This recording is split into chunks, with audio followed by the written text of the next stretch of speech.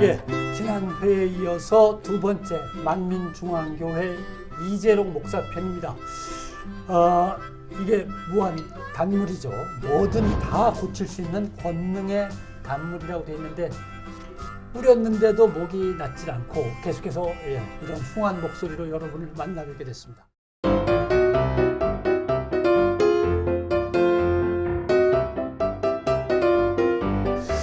근데 지난해 하도 황당한 얘기들이 많았습니다. 하늘이 1하늘, 2하늘, 3하늘로 나눠져 있다. 네. 3하늘은 에덴 동산에서부터 쭉 시작된 우리죠. 네. 2하늘은 그 전에 있던 사람들이 사는 중간층이고 1하늘은 뭐 천국이고 이렇게 되나요? 네. 그러니까 이재록의 가르의 표현에 의하면 네. 이제 제1 하늘은 저희들이 살고 있는 하늘이죠. 1하늘이. 그러니까 제2 하늘은 그러니까 아담이 이제 이 땅에 쫓겨나기 전에 제2 하늘에 살았었대요. 근데 그때 쫓겨날 때 아담만 쫓겨난 거지 그 후손들은 그 하늘에 그대로 살았다. 그래서 이들이 UFO를 타고 나타나는 것이다. UFO가 그 사람들 거다. 예, 그리고 그 위에 이제 셋째 하늘이 천국. 전국. 이렇게 하고 있는 거죠. 자기는 왔다 갔다 하면서 다 통역이 된다. 그래서 이 UFO를 이제 아까 저번에도 말씀드렸지만 UFO를 앞으로 끌어내린다는 거는 이제 영의 세계가 있다는 걸 자기가 보이겠다는 거죠. 수많은 기자들을 불러서 이렇게 영의 세계가 있다. 그러니 하나님을 믿어라. 이제 이거를 말하고 있다는 건데 그거와 또 하나 이벤트를 한다는 것이 무리를 걷는 데입니다. 그러니까 주님이 무리를 걸은 것처럼 본인이 못했잖아요. UFO를 끌어내리고 무리도 걷고. 그게 사실 20년 전부터 물리를 걷는다 그랬거든요. 하려고 나갔어요, 물가로? 그런 것도 나간 있어요. 적도 목욕탕에서 실험을 하긴 했대요. 근데 뭐 될 리가 없죠. 근데 결국 그 말은 했어요. 자기가 원죄 자범죄가 없는 죄 없는 존재이기 때문에 신구약 성경을 다 이뤘는데 한 가지만 내가 못 이뤘다. 그게 뭐냐면 물리를 걷는 건 내가 못했다. 그러나 지금 말씀하신 대로 기자들 불러서 한번 내가 해보겠다. 이런 얘기를 한 적이 있었어요.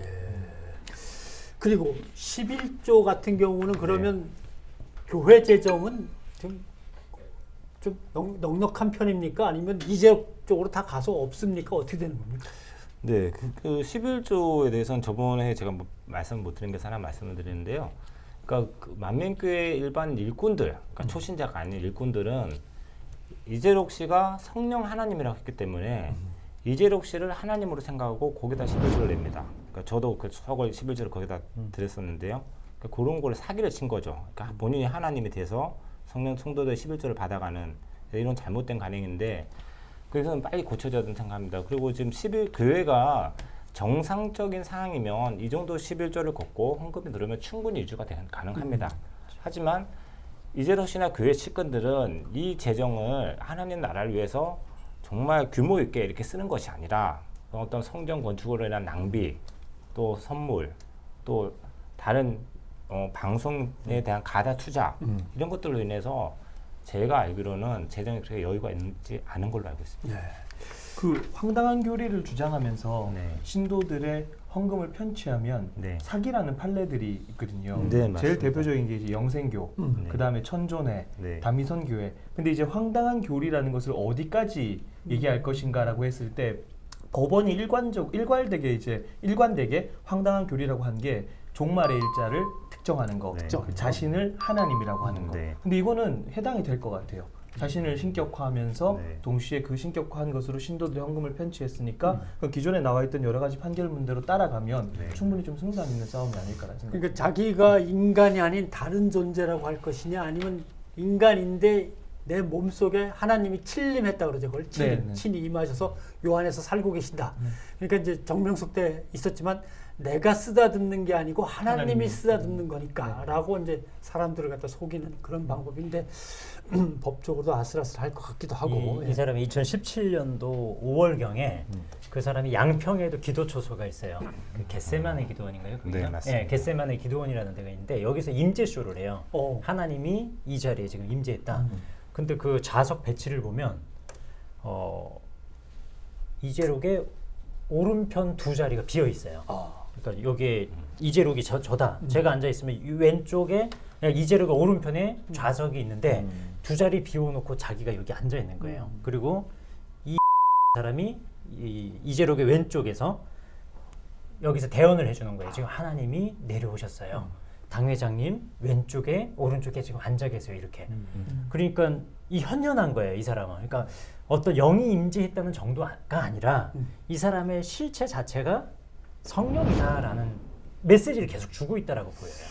우리도 제사 지낼 때 이렇게 시저 이렇게 딱 밥 위에 국 위에 올려놓고 조상님들 드세요 하고 나가 있듯이 그런 이제 이벤트를 하는 거군요. 네.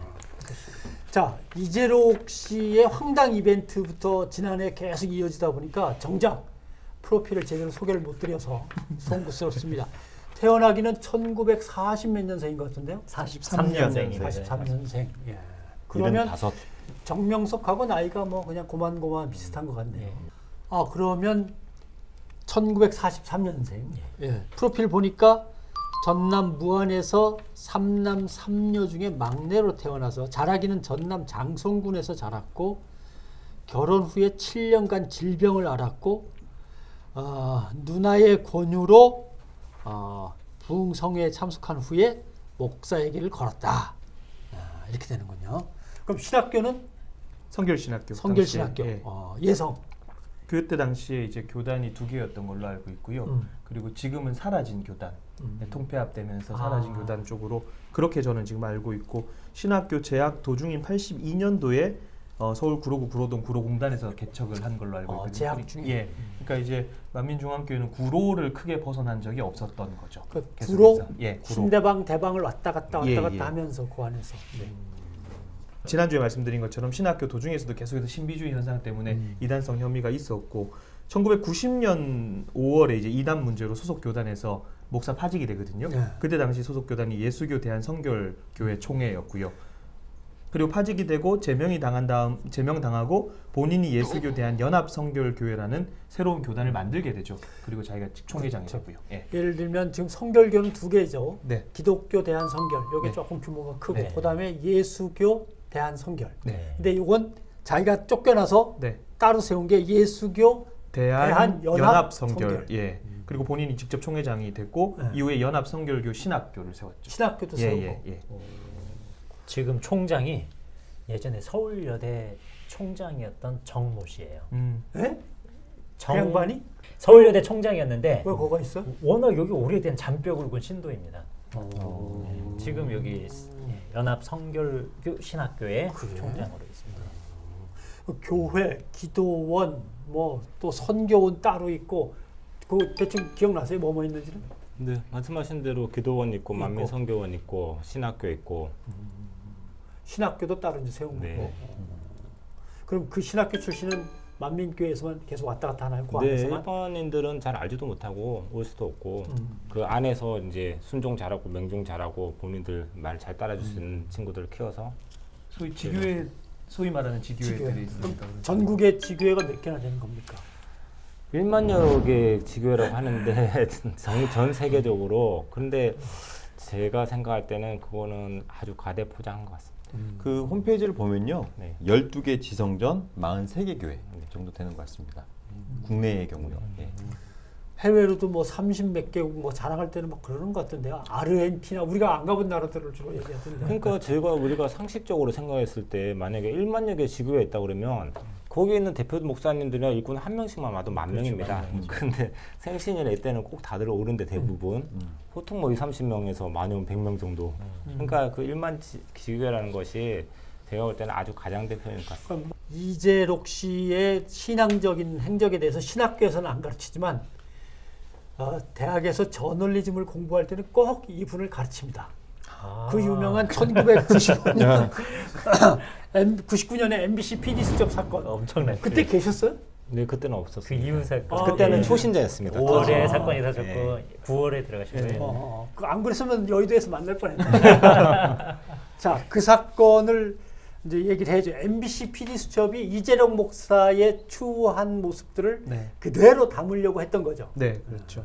그때 당시에 방송으로 이제 나가려고 했을 때 가처분 신청이 있었죠. 그래서 성 문제 부분만 이제 빼고 보도하는 걸로 그렇게 했던 걸로 기억을 하고 있습니다. 그러니까 법원에서 네. 성 문제 부분은 뭔가 좀 문제가 있는 것 같으니까 네. 그건 다루지 말고 네, 네. 나머지는 다뤄라. 네, 네. 다행히도 한 건 건질 게 여자 문제와 관련된 게 있었는데 직접적 관계라기보다 이재록이 해명하는 장면이 나와요. 그 MBC PD 수첩에서 그때 뭐라 그러냐면 사람에게 흠이 있고 티가 있었다 해도 설령 뭐 뽀뽀를 했다 해도 같이 설령 누워 있었다 해도 여러분은 저 용서했을 줄 믿어요. 그러나 하나님 앞에는 떳떳해요. 정령이 하나님 앞에는 떳떳해요. 나는 하나님 앞에는 떳떳하다. 이렇게 얘기하는 장면이 나오는데 이걸 괜히 한 말은 아니라는 거죠. 주변에서 그 당시에 뭐 한모 씨가 대원 역할을 하다가 교회를 탈퇴하거든요. 그러면서 엑스파일을 돌려요. 여기에는 이재록 씨의 아주 추문과 관련된 지저분한 내용들이 사실은 다 담겨 있었거든요. 그 이후에 이 내용으로 자기의 정당성을 어필한 건 아니냐. 용서를 구하면서 한편으로는 나 하나님 앞에서 떳떳하다. 이런 식으로 말한 배경이 그런 배경이 작용했을 거란 생각이 들어요. 신도들끼리 그때 피지수첩 사건 때 대단했지 뭐 이런 얘기 하는 거 들으셨어요? 근데 그때 당시에도 근데 똑같습니다. 지금이랑 보지도 듣지도 말도 게 해가지고 일반 성도들 많이 못 들은 분도 많이 있고 그걸 듣고 아시는 분들은 깨어 있는 분들은 그때 많이 떠나셨고 알고 있습니다. 떠나셨고 네. 충격이었을 거예요. 신도들도 저 정도였나 하고 그 MBC 쳐들어가서 이렇게 주저정 씨를 좀 두들겨 부순 분들도 만나셨어요? 네, 실제로 놓친 분도 있고 하시는데 예, 주조정 씨도 부수고 그래서 해서 또 감옥에도 들어가서 좀 어느 정도 살다 나온 걸로 알고 있습니다. 그때 이제 왜냐하면 방송국이라고 하는 것은 국가 주요 이제 보호 시설이어서 아무도 못 들어가게 하는데 특히 주조정실은 광신도라고 평할 수밖에 없는 사람들이 뛰어들어와서 항의를 하는 것도 모자라 방송을 중단시켰는데 기계도 건드려가지고 코드도 뽑아버렸잖아요. 그래서 이제 남산 MBC 중계소에서는 급히 아무거나 테이프를 찾아갖고 꽂았는데 비상용 테이프 그게 이제 자연은 살아있다의 얼룩말의 충돌편. 그래갖고 이제 흔히 얼룩말 사건, 자연 다큐멘터리 사건, MBC 동물의 왕국 사건. 동물의 왕국 사건. 너무 이건 방송학을 배울 때 꼭 배웁니다. 이런 사례가 없었던 거죠. 제일 크고 그렇죠. 지금도 전무후무한 네, 조유의 사건. 그 일반 신도가 그 안을 주조정실까지 들어가가지고 그 난동을 피웠다는 건 아니, 루트를 누군가 알고 있었다는 얘기예요. 희한한 게 MBC 노조원도 거기까지는 못 가고 노조가 파업하고 농성하고 뭐 항의 시위하고 다 해봤어도 거기까지 뭐 스스로 들어가지도 않았겠지만 너무나 거긴 중요한 곳이니까. 저는 그때 본방사수를 하고 있었습니다. 어. 본방사수를 하고 있는데 갑자기 이재록이 왔다 갔다 하다가 얼룩말이 나왔어요. 얼룩말이 막 뛰어다니고 사자가 막 울부짖고 있고 그래서 근데 그것도 남산에서 놀랬죠. 네. 테이블 틀었기 때문에 서울 수도권 지역은 얼룩말이 뛰어다니고 대구, 부산 이런 데서는 그냥 화면이 까맣게 네, 갑자기 준비가 안 되니까. 지금은 SNS가 있잖아요. 그때는 아재 인증인데 천리안 하이텔이라고 혹시 들어보셨죠? 여기는 그러네요. 천리안 하이텔을 들어갔어요. 난 그래서 나우들이 도대체 출신인데 들어가서 보니까 천리안 PC통신에 어. 난입했다. 광신도들 난입했다라는 글들이 뜨더라고요. 그래서 알았던 기억이 나요. 예. 자, 이번에는 지난 회에는 잠깐만 언급하고 끝났습니다만은 네. 그 박 집사께서 나오시게 된 결정적인 계기 중에 하나인 성추문 문제, JTBC에서 이번에 많이 다뤘는데 네. 대체 피해자는 몇 명은 확실하고 몇 명 더 있을 것 같은 이런 계산이 가능합니까? 추산이? 피해자가 분명해서 확인했었던 분들은 7명. 7명. 네. 근데 이제 그 피해자분들이 이렇게 증언하는 것들이 있기 때문에 누구 이렇게 갔었었다. 그러니까 이제 그 데이터를 세 보면 제가 이제 한 70명 정도 예상을 추정을 하는 거죠. 지금까지. 그런데 그게 20여 년 동안 네. 밝혀지지 않았던 이유 네. 뭘까요? 물론 이제 신도들이 세뇌돼서 네. 이거를 문제 삼지 않았던 걸 수도 있고 그랬을 것 같은데. 네. 그러니까 피해자들은 이재록 씨가 성령 하나님으로 오랫동안 이렇게 세뇌가 돼 있었기 때문에 첫째는 성령 하나님으로 알았을 것이고 또는 대언의 말씀을 통해서 이재록과 관계가 되는 거는 죄가 안 된다. 그리고 이거는 하늘나라 가면 영광이다. 그리고 천사마저도 고개를 돌린다. 이제 이런 식으로 대언의 말씀 틀어주니까 처음 일정 기간은 혼란스러웠을 거예요. 본인들 스스로가 지금 JTBC 방송에서 말하는 그루밍 범죄도 이미 내가 세뇌가 되는 상태다 보니까 판단을 못하는 거죠. 첫 번째는 이 상태가 정말 이게 뭐지? 이게 성령이면 가능한 건가? 이렇게 혼란이 오는 거죠. 그러면 일정 시기는 이제 그 시간이 지나갑니다.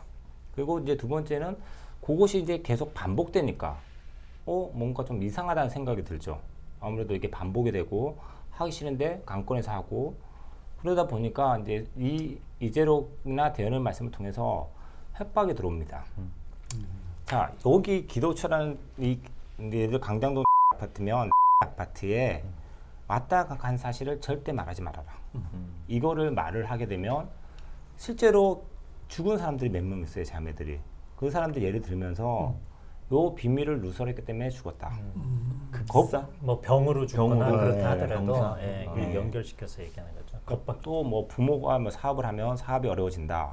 뭐 가족들한테 어떤 피해가 있다. 이렇게 하니까 겁이 나는 겁니다. 저주의식을 심어주는 말을 했을 때 어떤 그런 저주가 임하지 않을까. 이게 너무나 오랫동안 돼 있기 때문에 그래서 일단은 그런 협박과 겁주는 걸로 인해서 말을 못 합니다. 그리고 그 다음에 일정 시간이 지나면 만약에 얘가 입을 여는 순간은 교회에서는 주변을 다 차단시켜 버립니다. 얘가 미혹됐다. 얘는 사단의 역사다. 그러니까 얘하고 또 어떤 대화를 하게 되면 너도 미혹되고 너 지옥 간다. 집단 따돌림을 하는 집단 거군요. 따돌림 하는 거죠. 지금 JTBC 방송 나가서 이체 가해가 그거 아닙니까? 다 전화번호 차단시키고 아주 나쁘게 이야기를 해서 접촉을 못하게끔. 그러니까 그러면 이 수많은 사람들이 자기 말을 믿어주질 않는 거죠. 최근에 어떤 미투 운동 발언과 함께 이런 것들에 대해서도 사회에서 관심을 가지고 새로운 관점에서 보고 있기 때문에 용기를 내서 하게 된 거죠. 여느 사이비 종교랑 비슷한 것 같아요. 제일 특징이 그죠. 교리로 공포심을 심는 거. 그렇죠. 이렇게 두려움이죠. 해서 두려움 주는 거. 상담소로 가면 영이 죽는다 얘기하는 것처럼 이렇게 폭로하면 너희 가정이 어떻게 될 거야. 저는 궁금한 게 그렇게 많았으면 합의 같은 것도 많이 시도를 했을 것 같아요.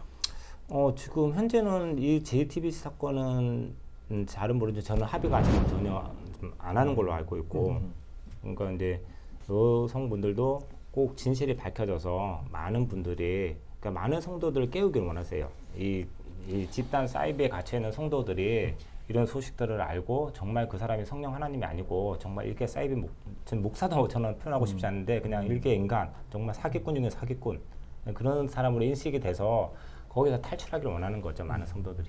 혹시 그 미성년자들도 피해자 중에 미성년자들도 있나요? 미성년자라고 제가 확인된 거는 아직 없고 보통 보면은 이제 고등학교를 졸업을 하고 대학교 1학년, 2학년, 3학년 이렇게 20대 초 이제 사회초년생. 20살, 뭐 21살 이럴 때 이제 여자애들을 이렇게 부르는 것 같습니다. 그 계속 찬양이라든가 분위기가 당회장님 사랑해요. 이런 외침이 있고요. 그리고 목자 사랑해요. 당회장님 보고 싶어요라는 멘트가 여성 신도들 입에 붙어 있어요. 입에 뱄어요. 뱄어요.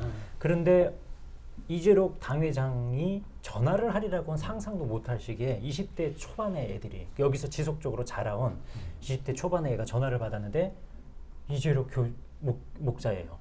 나야. 당회장님 보고 싶어요. 오면 되지. 이렇게 되는구나. 예. 보고 싶어? 보면 되지.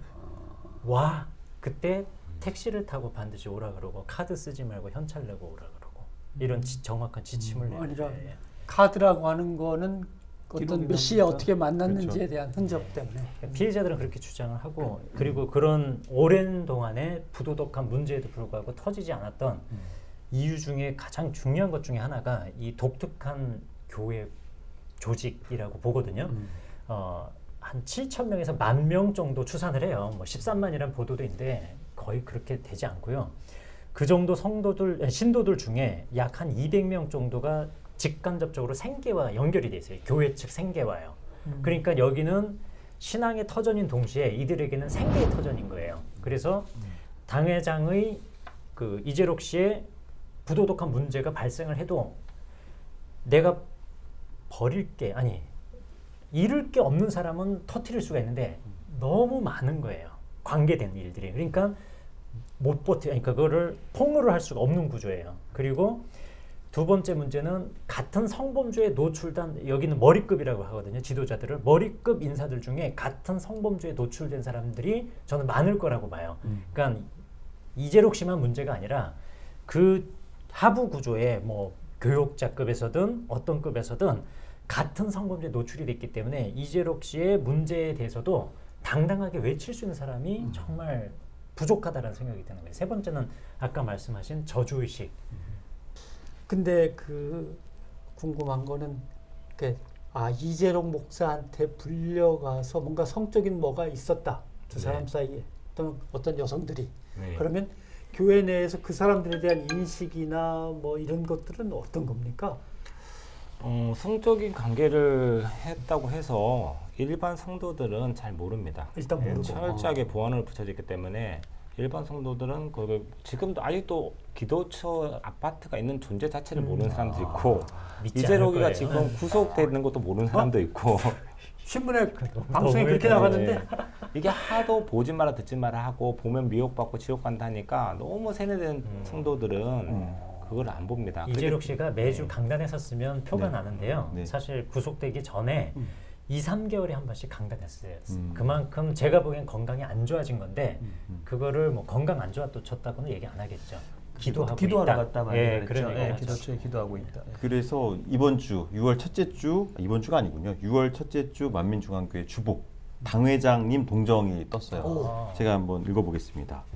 당회장님 외국어 저서 481번째 신령과 진정으로 예배할 것은 핀란드어가 발간되었습니다. 첫 번째 동정이고요. 두 번째 당회장님의 저서 나의 택한 야고바 나의 벗 아브라함의 자손아 간체가 전자책으로 발간되었습니다.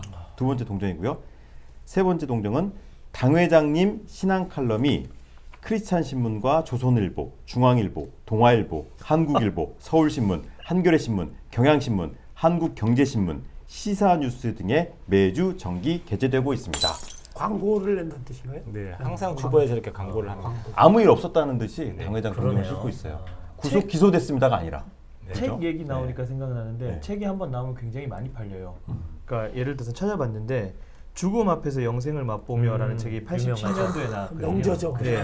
그 책이 제가 찾아보니까 초판이 35세, 2판이 8세, 3판이 18세 이렇게 해서 계속 나간 거예요. 그리고 이 사람들 한 가지 좀 더 말씀드리면은 그 서울의 국제 도서전이라고 있거든요. 거기에도 나와서 이제 이 사람들의 책을 전시해놓고 그러니까 우리나라에서 한국의 어떤 출판의 세계와 출판 산업의 경쟁력 강화를 위해서 하는 행사들이 있는데 그곳에서 버젓이 나와서 우리 출판사에서 나와서 책을 판매하는 모습을 보게 돼요. 죽음 앞에서 영생을 맛보면 유명한 책이어서 유명한 책. 나도 기사 쓸 때 인용했어요. 아, 하나님께서 나에게 재림을 알려주셨다. 휴거될 것을 미리 알려주셨다라고 거기에 주장하고 있더만요.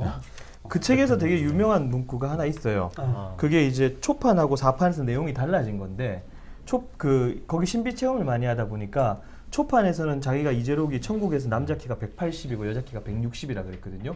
4판 되면서 키가 바뀝니다. 4판에서는 남자 키가 190이고 여자 키가 170이라고 기록이 돼 있어요. 커졌네요. 평균 기가. 평균 키가 10cm가 커지는 거죠. 예, 그렇게 기록을 하고 있습니다. 네. 그 성문제가 사실은 은폐되어 있으니까 잘 드러나진 않아요. 근데 조금 관심 있게 보는 사람들은 거기 갔다 온 친구들 이제 여성들의 옷차림 명품으로 바뀐다든가 핸드백 그리고 화장빨 이게 달라진다라는 거예요. 예. 입막음용으로 돈을 좀 찔러준다는 뜻인가요? 어떤 뭐 주장에 따르면 처음 갔을 때는 5천을 받은 경우 5천 두 번째 만 원 갔더니 있죠? 예. 5,000원이라고 하면 그러면 스폰서가 되는 거네요, 그렇죠. 일종의. 그 다음에 갔더니 3,000, 그 다음에 2,000 이렇게 주는 경우 있었는데 어쨌든 굉장히 상상할 수도 없는 피해 여성들이 그 많이 얘기를 하던가요? 네, 제가 직접 들었고요. 꼭 갈 때마다 꼭 돈을 챙겨줍니다. 근데 그 이재록 씨와 관련된 비위 사실을 거짓으로 이렇게 변호했다가 마음이 돌아선 사람이 있었다고 얘기 들었는데 그 사람이 왜 그랬는지 혹시 아십니까? 네. 그러니까 이제 이 사건이 터지고 교회에서는 이제 수습하기 바쁘겠죠. 그 측근의 이 모 장로가 이제 말을 맞추려고 이제 기존에 얘네들이 6명이 고소를 했으면 우리도 6명이 다른 반론을 하고 6명이 안 되면 12명 부르고 12명 안 되면 24명을 부르자. 근데 그래서 갑자기 긴급 회의를 한 거예요. 근데 이게 뭐냐면 지금 이 당사자들은 이제 성폭행을 당해서 고소한 사람들이고 여기 있는 사람들은 당했음에도 세뇌가 돼서 교회 편을 드는 사람들이고 거기 있는 사람들 6명만 정확하게 부른 거예요. 지금 현재도 진행 중인 그래서 이들을 불러서 자 너네는 아파트에 갔지만 실제로 성관계는 없었다 이렇게 진술을 해라. 근데 이제 만민교회는 특성은 진짜 이재록이나 쌍둥이 측근들이 잘못된 거지만 성도님들이 정말 순수해요. 그리고 이 어린 주의 정도 순수하게 그런 신앙생활 했던 사람이다 보니까 너무나 죄책감이 컸던 거죠. 하나님 믿는 사람으로서 내가 거짓 진술한 거에 대해서 죄책감을 느끼고 마음의 결단을 하고 교회에 나오면서 진실을 알리기로 한 거죠. 대단한 용기를 가졌다라고 보는 게 그 제가 취재할 때 가보면은 이재록이 딱 나오면 그 주변에 안전팀이 배치가 돼요. 근데 그 사람들 귀가 소위 말하는 만두귀 이게 다 이렇게 다른 귀예요. 예. 그래플러들의 귀를 그러니까 갖고 있는데 이웃도 내신 뭐 이런 무술 것들을- 고단자들이 호의를 하고 있기 때문에 이재록 씨에 대해서 뭔가 문제 제기를 한다라는 건 이 사람들로부터 혹시라도 있을 어떤 위협. 위협 이런 것에 대해 노출된다는 의미거든요. 그럼에도 나섰다는 건 굉장한 용기죠. 그럼 그 피해자들은 지금 어디에서 신변 보호를 받고 있습니까? 네, 지금 피해자들은 이제 경찰 쪽에 신변 요청을 해서 한 사람 한 사람 다 신변 보호를 받고 있고요. 그렇지만 지금 아직도 2차 그 가해가 굉장히 좀 심각한 수준입니다. 지난 우리가 그 구원파 사건을 다룰 때 네. 연예인이나 이런 셀럽들이 거기 너무 많이 끌려 들어가서 오히려 사람들한테 야 뭐 유명한 사람들 다 다니는데 이런 얘기를 갖다 이제 듣게 되는 거 아니냐, 문제가 있다라고 이제 얘기가 나왔었는데 여기에도 혹시 그 유명한 사람들이라는 존재들이 좀 있습니까? 셀럽. 네, 저랑 친분은 없었는데요. 슈퍼주니어 은혁이라고 네, 교회를 오랫동안 다녔었는데 이 사건을 접하고 나서 알고 두고 나서는 안 나간 걸로 알고 있습니다. 일부러 그런 사람들을 또 이렇게 열심히 데려오려고 애도 쓰나요? 네, 근데 그런 사람들이 오면 이제 두각을 시키죠. 이제 우리 교회가 이렇게 대단한 사람 친구들이 이렇게 있다. 분별력이 부족한 학생들한테는 굉장히 큰 영향력이더라고요. 제가 예전에 그 팬카페를 들어갔었거든요. 역시 팬카페. 예, 제가 팬이라서 들어간 건 아니고 들어갔는데 거기에 이제 종교 문제가 안 그래도 뜨더라고요. 나와서 막 자기네들끼리 얘기하는데 제가 제일 눈여겨봤던 댓글이 우리 오빠를 믿는다. 예, 우리 오빠가 어떤 종교를 택했다면 그 종교가 나쁘든 안 나쁘든 일단 우리 오빠의 그 선택을 믿는다라고 이렇게 적어놨더라고요. 그 사람들이 이제 만민 매거진이라는 프로가 있어요. 자체 방송인데 거기 2007년도 신년에 방송한 걸 보면 한 해 전도 통계가 나와요. 그때 2006년 한 해 통계가 은혁식 때문에 교회 등록한 신도가 56명. 원래 교회를 다 안 다녔는데 오빠가 다니는 걸 알고 나도 교회 다녀야 되겠다 결심해서 네. 여기 오게 됐어요. 이런 편지들이 막 뜨고 그래요. 일단 오빠가 나왔습니다. 다들 빨리. 근데 지금 구속 수감돼서 이제 기소되는데 지금은 누가 교회를 그럼 리드합니까? 네, 지금은 실질적으로 이제 이 쌍둥이 목사와 그 사택파라고 하는데요. 당회장님 딸들, 딸하고 네. 아내 이모 원장. 네. 네. 이 원장님, 목사님, 그리고 가족들하고 이제 실무 업무는 이 하고 비서실. 이제 이게 당회장파라고 할 수 있죠. 당회장 비서실, 네. 당회장파. 예, 소위 이제 권력 구조를 그러면 그냥 이제 나누면 당회장. 내실에 계신 아파트 뭐 무슨 파? 사택파. 사택파. 네, 이 원장하고 음. 그 목사로 딸. 그 다음이 대원파, 뭐 이 파 이렇게 그치. 세 구도로. 그러니까 나눠서 볼수 있죠. 항상 이게 친가들하고 네. 가족들파하고 그 다음에 비서실파와 그 다음에 이쪽에 이제 제2인자파와 이렇게 사이는 좋은 편인가요? 제가 소문에 듣기로는 굉장히 사이가 안 좋고요. 서로 참 존경해야 될 그런 사람들이 계속 이렇게 권력 다툼을 다툼이기 하고 때문에. 있고 그렇지만 각자가 다 또 아킬레스건이 있습니다. 또 사택파대로 쌍둥이대로 또 비서인데 근데 서로 약점을 알고 있어요. 그래서 서로 견제를 하면서도 또 이렇게 균형을 유지하는 그런 상황입니다. 속발처럼 이제 근데 삼국지에 저기 나오는 그 이재록 목사도 본인이 안 죽는다 내지는 뭐 영생한다 이런 얘기를 하나요? 네, 참 심각한 얘기인데요. 예. 그러니까 이재록 씨는 단에 설교할 때 본인은 성령이기 때문에 주님 오실 때까지 죽지 않는다 항상 그 강조를 했었고 그렇지만 이번에는 또 웃기게 감옥에 구속되고 나서는 혹시 내가 죽더라도 걱정하지 말아라 나는 부활로 나온다 이렇게 얘기하더라고요. 자꾸 정명석이 또 예. 뭐 비슷한 것 같아요. 판결문이 아직 안 나와서 그렇죠. 나오면 역대급일 거예요. 정명석급일 거예요. 대개 구속영장에 기록하는 거는 실제 범죄 행위 중에서 확실하게 소명된 것들을 얼른 써갖고 구속시키는 거니까 재판 과정에서 아마 볼만할 겁니다. 그죠? 네, 판결문 나오고 하면. 유사하게 나올 것 같아요. 그 위계와 저항할 수 없는 상태에서의 예. 어떤 부분들이니까. 그러니까 정관료를 받을 수 있는 굉장히 센 변호사를 2명 이상 고용한 걸로 알고 있습니다. 제가 대법원 양형자문위원인데 이런 말 하면 안 되는데 지금 피해자가 이 정도 명수면은 정명석하고의 형량이랑 크게 다르지 않을 것 같은데 그렇게 네, 생을 정명석 감옥에서 방송하시면서 200년이라고 말씀하셨습니다. 알겠습니다.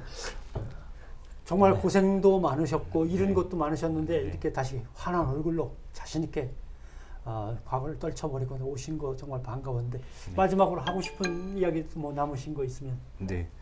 순전 만민중앙교회의 가장 큰 문제점은 이재록이 성령이라는 것과 대언입니다.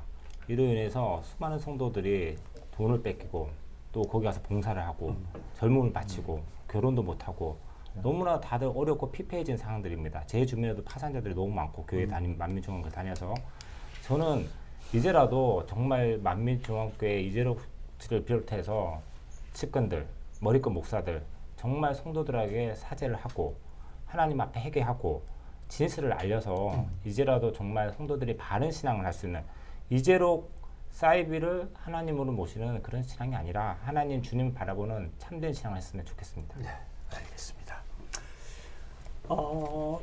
어려운 방송, 힘든 방송이지만 이렇게 함께 취재하고 방송을 하는 것은 너희가 잠잠하면 아마도 돌들이 소리치리라 라고 하는 성경 말씀인들 마음에 걸리는 것도 있습니다. 저희가 소리치면 듣는 분들도 제발 특히 이러한 이단 사입에 빠진 분들은 돌 같은 마음을 부드럽게 녹이면서 여셔가지고 이런 진창에서 빨리 빠져나오시길 그리고 다시는 그런 데 빠지지 않기를 저희가 간절히 바라면서 이번 회를 마치도록 하겠습니다. 자, 고맙습니다. 수고하셨습니다. 수고하셨습니다.